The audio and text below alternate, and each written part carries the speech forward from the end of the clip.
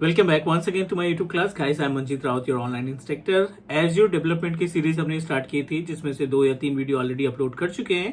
I am going to give you the another session related to the development part. पहले class की बात करें तो हमने आपको गाइड किया था कि कैसे आप अपने एज़्योर पोर्टल पे सीएमएस बेस्ड वेबसाइट को स्टैब्लिश करते हैं। मीन्स वर्डप्रेस का एक सर्वर डिजाइन किया था, उसको होस्ट करके देखा था। और now I am going to guide you another topic, और इस केस में आपको गाइड करने वाले हैं, इस केस में आपको हेल्प करने वाले हैं कि अगर आपके पास कोई .NET या PHP या जावा की वेबसाइट है, किसी भी लैंग्वेज किसी भी कोड का इस्तेमाल करके आपने वेबसाइट तैयार कर रखी है और उस वेबसाइट को आप होस्ट करना चाहते हैं एज़्योर पोर्टल पे, तो व्हाट आर द स्टेप, आप किस तरीके से चीजों को इम्प्लीमेंट करेंगे। This is the agenda. और in case of development you know that जो सबसे बड़ा चैलेंज होता है एज़्योर की सर्विस का इस्तेमाल करके कैसे हम वेब सर्विसेज को इस्टेब्लिश करते हैं, कैसे उनको प्रोटेक्ट करते हैं, कैसे उसको ऑथराइज कराते हैं to secure our website, to secure our application server.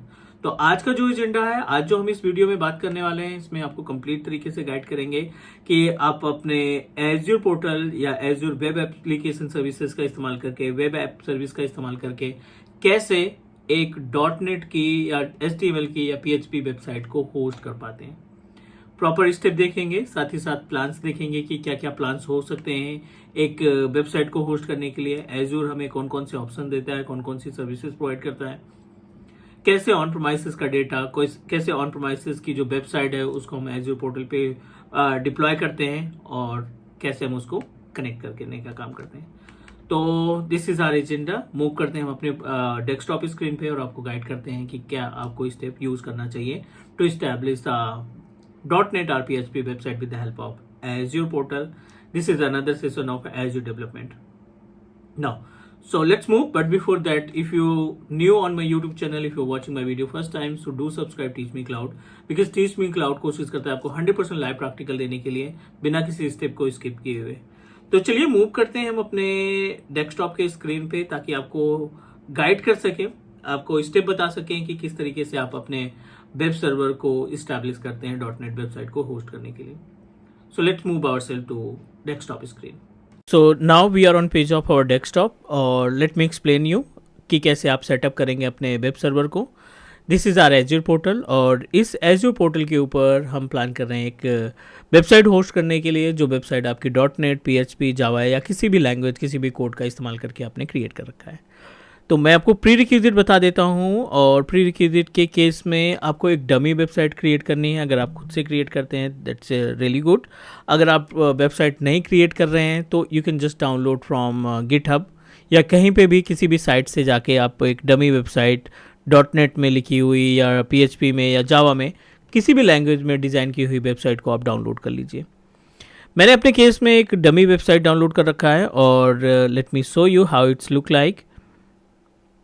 So basically my website is available in format of HTML। आप देखिए .NET के फॉर्मेट में है, .NET HTML मिक्स है, और इस वेबसाइट को हम वर्ल्ड वाइड एग्जीक्यूट करना चाहते हैं with the help of Microsoft Azure. तो इसके लिए क्या करना है, बहुत ही बेसिक सा स्टेप यूज़ करना है।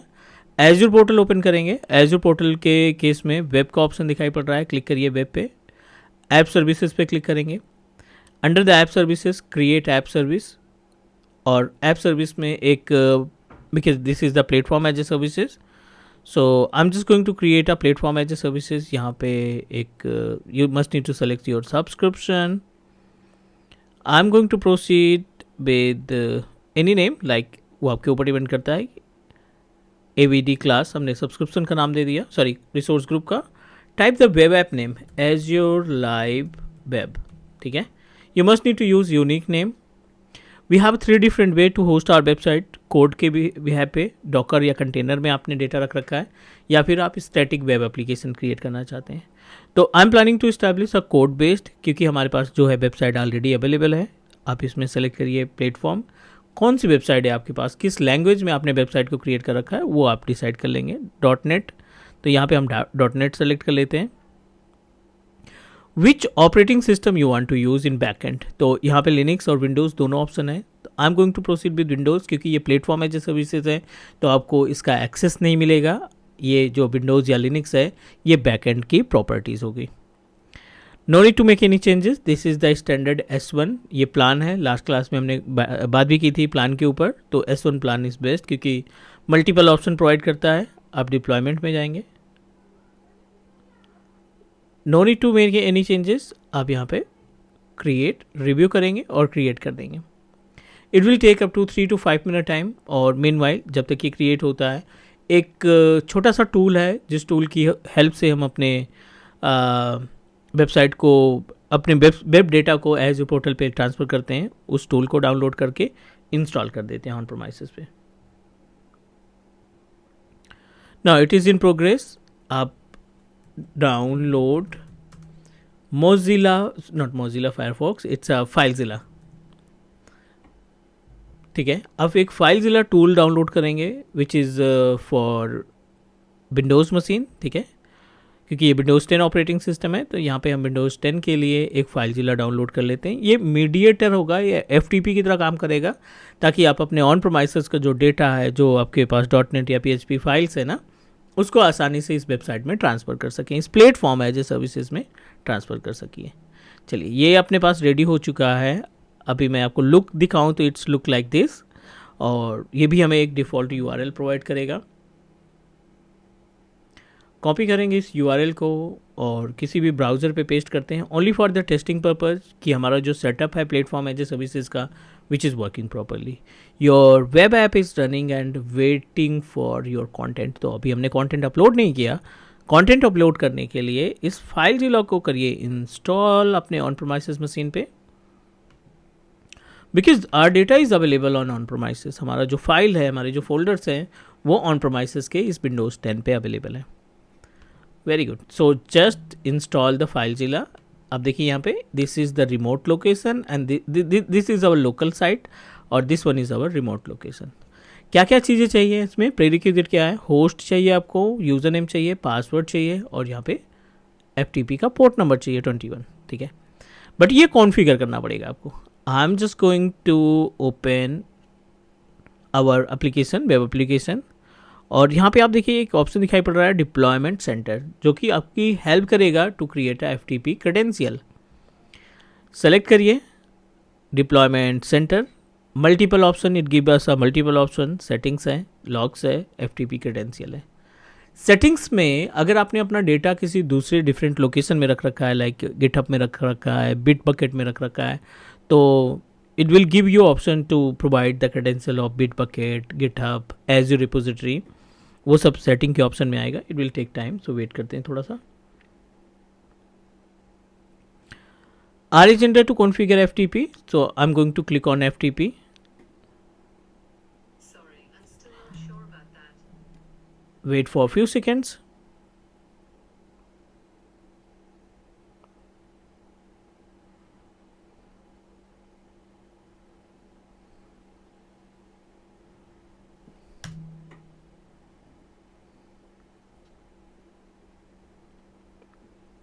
Click deployment center. It will redirect you on page of setting, log and FTPs.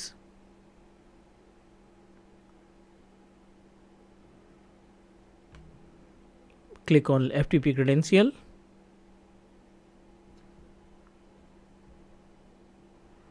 अब देखिए यहाँ पे सेटिंग्स में CI/CD पाइपलाइन का टूल इस्तेमाल कर सकते हैं। मैनुअल डिप्लॉयमेंट में एक्सटर्नल गिट है, बट डेटा हमारा डेस्कटॉप है, तो जाहिर सी बात है हम FTP पे जाएंगे। यहाँ पे आपको यूज़र नेम एंड पासवर्ड दे देना है, मैनुअली कॉन्फ़िगर कर लेना है user name, and this one is our password. So I am just going to use same password.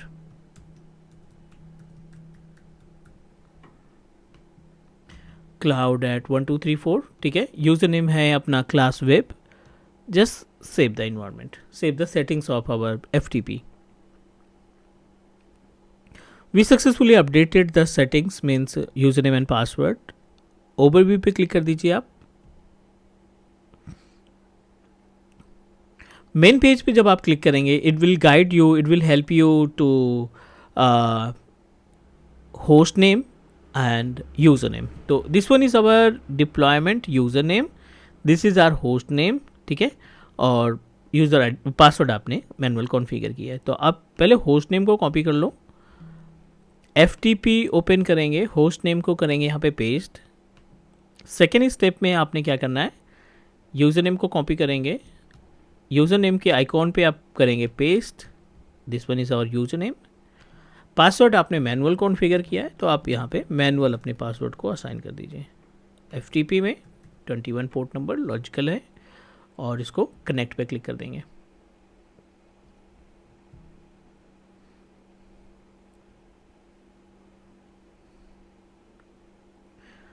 ठीक है, तो it is in progress. Remote site में आप देखिए यहाँ पे www रूट ये सेलेक्ट हो चुका है। This is our data website folder जो हमने डेस्कटॉप पे देखा था।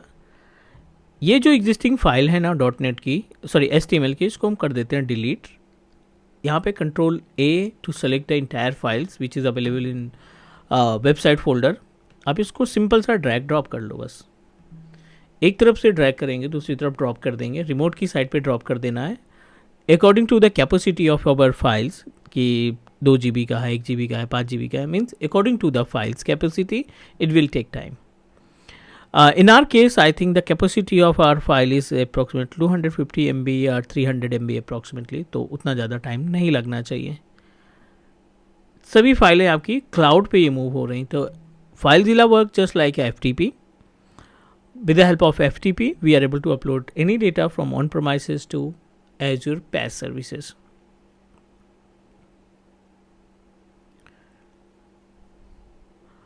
It is in progress.